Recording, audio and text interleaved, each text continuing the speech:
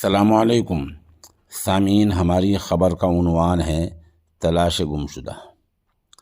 یہ تصویر آپ دیکھ رہے ہیں، یہ بچہ تقریباً 15 سال کا ہے۔ یہ مغربی اتر پردیش کے ضلع مظفر نگر کے گاؤں شیرپور کا رہنے والا ہے اور 2 مارچ 2024 کی رات تقریباً 8 بجے سے یہ بچہ غائب ہے۔ اس نے مہندیہ رنگ کے کپڑے پہن رکھے ہیں، سرمئی رنگ کی واسکٹ ہے، نیلی ٹوپی ہے، کریم رنگ کا رومال ہے، گولڈن چشمہ لگا رکھا ہے۔ اہل خانہ اس کی گمشدگی سے بہت ہی پریشان ہے۔